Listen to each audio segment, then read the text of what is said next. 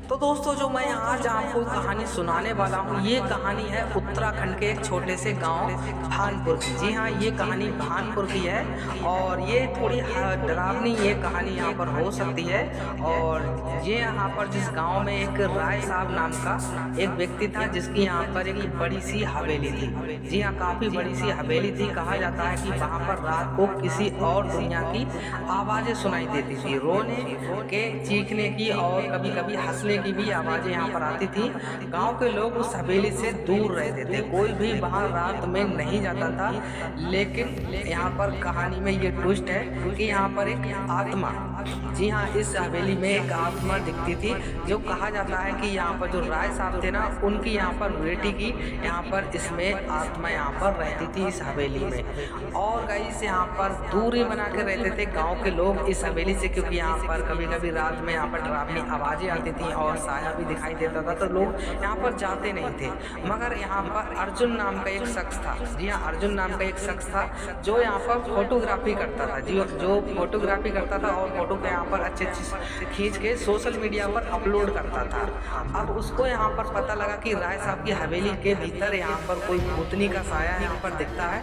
तो उसने सोचा अगर मैं उस हवेली की असली तस्वीरें खींच लूँ और सोशल मीडिया पर अपलोड कर दूँ तो मैं रातों रात यहाँ पर वायरल हो सकता हूँ। तो उसने क्या सोचा, उसने तय किया कि भाई अगली अमावस की रात वहाँ जाएगा। और रात पूरी तरह अंधेरी थी। जब यहाँ पर वो गया, अमावस की रात यहाँ पर आ गई और रात पूरी अंधेरी थी। वहाँ पर आसमान में चांद का नामो निशान नहीं था। अर्जुन अपने कैमरे और टॉर्च के साथ हवेली की ओर चला। जंगल के रास्ते में हवा अजीब ढंग से सरसराने लगी। उसे लगा जैसे कोई पीछे उसके चल रहा हो। वह बार बार मुड़कर देखता, लेकिन कोई पीछे नहीं दिखाई देता। हवेली के पास पहुंचते ही उसे एक सड़ी हुई गंध आई, जैसे किसी पुराने कमरे में बंद सब रखा हो। जी हाँ, और दरवाजा आधा टूटा था। उसने टॉर्च की रोशनी डाली। दीवारों पर काई जमी थी। जी हाँ, जो काई होती है वो काई जमी थी और यहाँ पर मकड़ियों के जाले लटके थे और एक पुरानी तस्वीर टेढ़ी लटकी हुई थी। वह तस्वीर राय साहब की थी, जिनकी आंखें अंधेरे में चमक रही थी। ठीक है गाइस, और उस हवेली में लोग जाने से इसलिए डरते थे कि राय साहब की यहाँ पर बेटी की यहाँ पर आत्मा देखी जाती थी। तो गाँव वाले यहाँ पर इस तरह की कहानियाँ यहाँ पर बनाते भी हैं, तो लोग यहाँ पर समझते हैं, कभी कोई मानता है कोई नहीं मानता है। तो मैं आपको बता देना चाहता हूँ, अर्जुन धीरे धीरे अंदर बढ़ा और कैमरे से कुछ तस्वीरें लेने लगा। पहली फोटो में बस एक खाली हॉल देखा। दूसरी फोटो में दरवाजे के पास कोई छाया टाइप की यहाँ पर उससे दिखी। तीसरी फोटो देखते ही उसका दिल जोर से धड़कने लगा। छाया जब थोड़ी सी पास उसको दिखा और उसका थोड़ा यहाँ पर डर गया। वह डर गया, लेकिन जिज्ञासा और बढ़ गई उसकी कि यहाँ पर अभी तो कुछ महसूस होने लगा था ना, उसे यहाँ पर कोई है, जैसे यहाँ पर उस हवेली में कोई है। वह ऊपर की मंजिल पर चढ़ा। लकड़ी की सीढ़ियाँ उसके हर कदम पर चरचराने की आवाजें दे रही थी। ऊपर एक बड़ा कमरा था जिसमें टूटी हुई मेज और कुर्सी और एक झूला पड़ा था। हवा इतनी ठंडी थी कि सांस लेते ही भाप बन गई थी। जी हाँ, अचानक झूला अपने आप हिलने लगा और वह अर्जुन यहाँ पर आवाज़ें, जैसी यहाँ पर अर्जुन को आवाज़ें भी थोड़ी थोड़ी यहाँ पर सुनाई देने लगी, तो वो यहाँ पर डर गया। जी हाँ, अपने आप झूला जब चलने लगा तो यहाँ पर अर्जुन थोड़ा यहाँ पर घबराया। मगर अर्जुन ने यहाँ पर क्या सोचा, अर्जुन ने कैमरे से एक और तस्वीर ली और इस बार कैमरे की स्क्रीन पर जो दिखा उसने उसका खून जम गया। स्क्रीन पर सफ़ेद साड़ी पहनी हुई औरत खड़ी थी, लंबे खुले बाल, चेहरा धुंधला और लाल चमकती आंखें।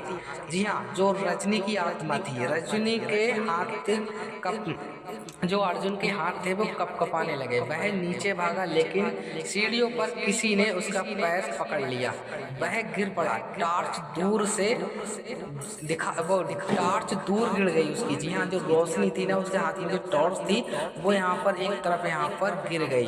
अंधेरे में उसने देखा कोई काले साये में खड़ी थी। जी हाँ, जैसे उसका यहाँ पर जो साया देखा वो काला साया में यहाँ पर अभी वो आ गई गाइस। उसको धीरे धीरे वह औरत आगे बढ़ी। वह बोल रही थी, क्यों यहाँ पर आए हो, मेरी नींद क्यों खराब कर डाली तुमने। अर्जुन हकलाते हुए बोला, मैं बस तस्वीरें लेने आया था, माफ कर दो मुझे। वह औरत मुस्कुराई, लेकिन वह मुस्कान इंसानी नहीं थी। उसके चेहरे से खून टपकने लगा और उसके हाथों से आग की लपटें निकलने लगी। अर्जुन चिल्लाया और दरवाजे की ओर भागा, लेकिन दरवाजा अपने आप बंद हो गया। वह पूरी ताकत से उस धकेलता रहा, पर कुछ नहीं हुआ। कमरे में रजनी की आत्मा अब उसके चारों ओर घूमने लगी। कमरा आग की रोशनी में चमकने लगा। वही आग उसमें रजनी जली थी। जो आग में रजनी जली थी वही आग उसने जला दी थी। रजनी की आत्मा धीरे से कहा, मेरे पिता ने मुझे इसी हवेली में जिंदा जला दिया था, क्योंकि मैंने एक गरीब नौकर से प्यार किया था। अब हर वह इंसान जो लालच या जिज्ञासा से इस हवेली में आता है, मैं उसे वही एहसास दिलाती हूँ जो मैंने झेला था। जलना पड़ता है यहाँ पर। अर्जुन की आंखों में आंसू आ गए। उसने हाथ जोड़ लिए, मुझे छोड़ दो, मैं यहाँ कभी नहीं आऊँगा। आत्मा ने बस इतना कहा। अब बहुत देर हो चुकी है और हवेली में अचानक सन्नाटा छा गया। सिर्फ एक चीख गूंजी, अर्जुन की। अगले दिन सुबह जब गांव के कुछ लोग हवेली की तरफ गए, उन्हें हवेली का दरवाजा खुला मिला। अंदर सिर्फ अर्जुन का कैमरा पड़ा था। जब उन्होंने कैमरे की तस्वीरें देखी तो आखिरी तस्वीर में वही औरत थी, लेकिन इस बार उसके पीछे अर्जुन खड़ा था। उसकी आंखें लाल थीं और वह मुस्कुरा रहा था। उस दिन के बाद जब भी कोई उस हवेली के पास जाता तो हवा में किसी की हंसी गूंजती और पेड़ की छाया में किसी कदमों की आवाज़ सुनाई देती है। गांव वालों ने फिर उस रास्ते में ही जाना यहाँ पर बंद कर दिया। कहते हैं आज भी अमावस की रातों में राय साहब की हवेली की टूटी खिड़कियों के कैमरे की यहाँ पर फ्लैश यहाँ पर दिखाई देती है, और वो अर्जुन है, यहाँ पर रजनी है। ये कोई भी अभी तक नहीं जानता है। तो आज की कहानी आपको कैसी लगी हमें कमेंट में ज़रूर बताना। और गाइस, ये कहानी हमने ली थी ChatGPT से। कहानी का कोई भी यहाँ पर अंधविश्वास फैलाना नहीं था, खाली हमने आपको मनोरंजन के लिए आपको कहानी सुनाई थी। तो कहानी कैसी लगी हमको ज़रूर यहाँ पर कमेंट में लिख के बताएं। चैनल को सब्सक्राइब करके जाएं।